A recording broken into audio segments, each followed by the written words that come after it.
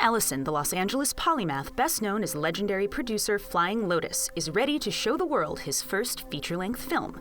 But is the world ready for Kuso? A true midnight movie about survivors of an awful earthquake in Los Angeles struck with a disfiguring, infectious plague, Kuso has been described as the grossest movie ever. Keep quiet.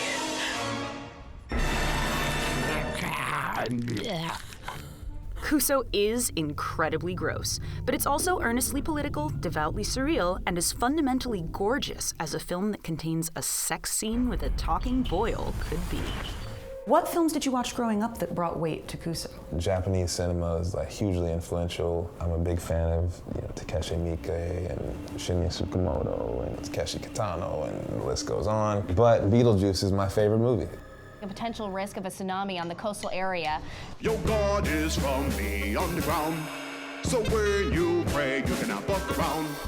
No one will ever save you. I think it's a really interesting conceit because it is such a Los Angeles movie. It is, and I was there in the '94 earthquake. For me as a kid, it was traumatizing. And I think anyone who lives in LA and who's been through a big earthquake, they have that anxiety. How much of this movie was you working against things that scare you? Oh, a lot of it, absolutely. But I'm not scared of titties. A man who is scared of tits. Hearing you talk live with George Clinton last night about how his function in the movie was just kind of showing up and being like, oh, that's what you want me to do? Well, okay, let's go. Yeah. Was that kind of how you experienced it with everybody when you tell people, I really want you to star in my first movie as a human boil that gives blowjobs? How did you sell people on doing these scenes that are so outlandish?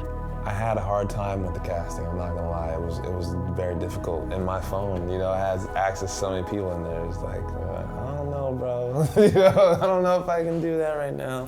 Everybody did their part. I was very specifically trying to make sure everyone knew that we were going there. Okay, I didn't want to get anybody who was gonna be halfway about it. I was look, we're pushing. But everyone was great. I was really lucky to have such a open cast. Were there any moments on set where the actors found themselves horrified by what they were doing? There was a scene where Mali Matsuda, she eats a cockroach. I don't know if people realize, but that was actually a cockroach skin. It was filled with other bits. I think that was a little tough for her at first. She did it like a champ. When did you realize that all right, literally no one else is gonna do this. I have to make the talking boil movie? I was just tired of, not seeing black filmmakers push it. It's all been the same over and over. Kid escapes the ghetto. He's brilliant, but he's from the hood. Got all these horrible influences around him, and he's gotta deal with the racial segregation in his neighborhood and, white supremacy and all that stuff. I was I wanna make something else. Let's just do something a little different. Just a little bit. Let me show you some new characters you ain't seen before. The biggest lesson I learned was that it's possible that I can do these things. I spent so much time doubting myself and, digging myself in the holes of excuses for why I can't make a film, why I shouldn't. If anything, I learned that I could. I can do it if I try hard.